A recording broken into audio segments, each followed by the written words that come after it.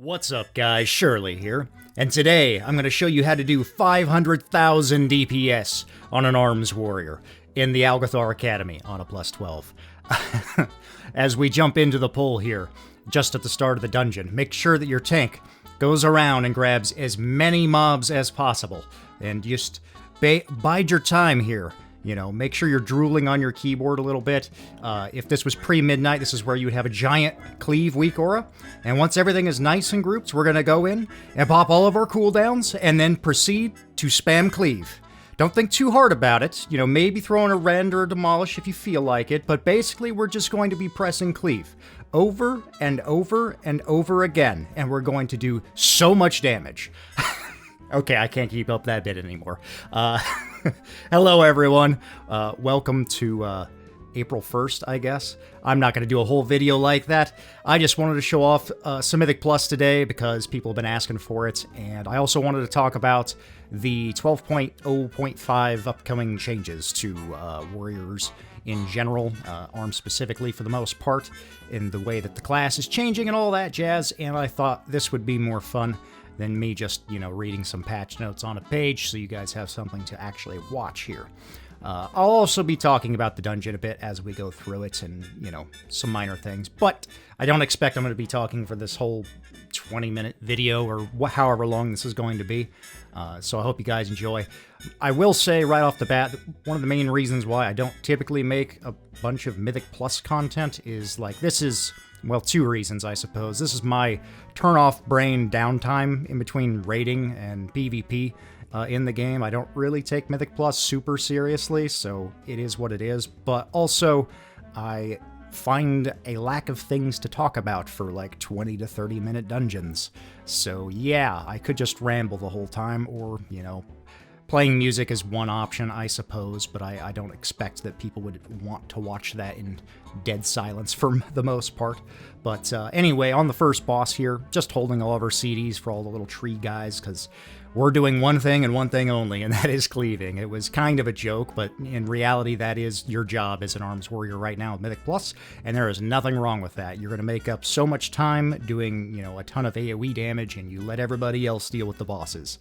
This one just happens to be an exception because there's a ton of ads on it. But yeah, that's about it for the first boss. I want to swap on over and start talking about a little bit of these changes in the 12.5 PTR that's coming up. Now, they are still adjusting this every week. They've kind of updated these notes, so I don't want to get too doomsayery, but initial impressions when they first put these changes out wasn't super stoked on. They just looked like more nerfs, which was hilarious considering how many nerfs we got going into midnight, and now they're like panic buffing us every week. We got another buff this week for execute and overpower, 20% on execute. Speaking of which, real quick, the 20% execute buff is pretty nice, especially in any two-target cleave. Like, our single target is getting propped up, so it's not awful, but where we are really going to shine is anytime we can cleave something, and luckily the current raids all have a lot of opportunities to cleave execute, and since sweeping strikes can do 100% damage to both targets now, you should really be looking for any opportunity you can to execute something so you can hit the boss with that execute. So that's where all of our strength is really coming in, and, you know, cleave itself, of course, the spell. But jumping into the PTR notes, the first thing that's really changed, I'm just going to start from the top and kind of work my way through, you know, their thought process in a way. They haven't really explained it a ton, but what I think about it going down. Anyway, the first thing, Mortal Wounds on the Arms tree now triggers from Mortal Strike and Slam. Was Mortal Strike and Cleave. This is a very sad change. Obviously, Cleave is the majority of our damage in Mythic Plus, but this is a pretty big nerf, actually, in AoE, because Cleave crits. If you didn't know, Mortal Wounds is anytime Mortal Strike and Cleave crit, it will apply the Deep Wounds effect to the target, the same that Execute does if you talent it. This is a slight buff in single target, that it's proccing off a Slam now, but in AoE, losing it off Cleave is pretty massive. That's a lot of bleed damage we're going to lose. And that's going to couple into a few of the other changes later on. That's just overall going to nerf our AoE profile, so enjoy it while you can. Next thing was, see, Colossus Practice Strikes now increases Mortal Strike and Slam damage by 15%, and Cleave and Whirlwind damage by 15%. I don't have the tree pulled up off the top of my head, but I think this is a nerf. I'm pretty sure it was 20% beforehand. Correct me if I'm wrong. Slayer changes. Imminent Demise no longer causes sudden death to trigger Reap the Storm. I really dislike this change. Now, this does get addendumed later to where I'll just go ahead and say that they changed it to where sudden death will only trigger Reap the Storm when it hits 2 targets with sweeping strikes up, your execute that is. It's good that it helps it in AoE situations for Mythic Plus, that you have a reason to actually press execute in AoE pulls to, guarantee trigger that Reap. I don't like it being removed from the single target version because Reap the Storm itself got changed to no longer trigger from Mortal Strike either. It's just Cleave, and this new change to sudden death executes. So it's literally just a dead talent now in single target, which really sucks because that's, it's a significant portion of Slayer's single target damage that we're losing, as well as any burst situations where you're getting value out of Unhinged. Obviously, Reap is RNG, but you do get lucky occasionally that it will trigger during your Bladestorm window from all the unhinged Mortal Strikes, and you can do a ton of damage in a short window if it's actually going off. But just losing that completely in single target, really don't like that. And the change to it being only on sweeping executes with sudden death, so that's good in Mythic Plus, but in a raid environment that is so lucky random chance that it just happens to proc at the exact right time when the ads are alive for 5 seconds to get off that damage it's just really disappointing. You could hold it for 8 seconds, I guess, if you get a proc, but it's just really inconsistent. Don't like that. Yeah, Slayer already struggles in AoE, so not sure what I'm hoping that they're going to change something else about Slayer before this 0.5 patch comes out to help prop up their AoE in some way. We'll see. Unrelenting Onslaught now increases the damage dealt by Bladestorm by 20%. This is good. This is just a flat buff to Bladestorm, so, our burst on the AoE is getting that bump, I guess. Will 20% be enough to lose Reap the Storm from, unhinged procs and stuff? I don't know. We'll have to wait and see. I don't think so on single target, but, that's just my speculation at the moment. Anyway, moving down to the next set of changes that they updated here as we get through the dungeon. If I can find it.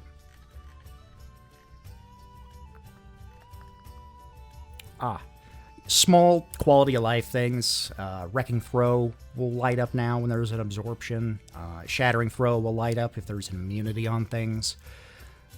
The Shattering Throw thing, I guess, is nice in PvP if you're not paying attention.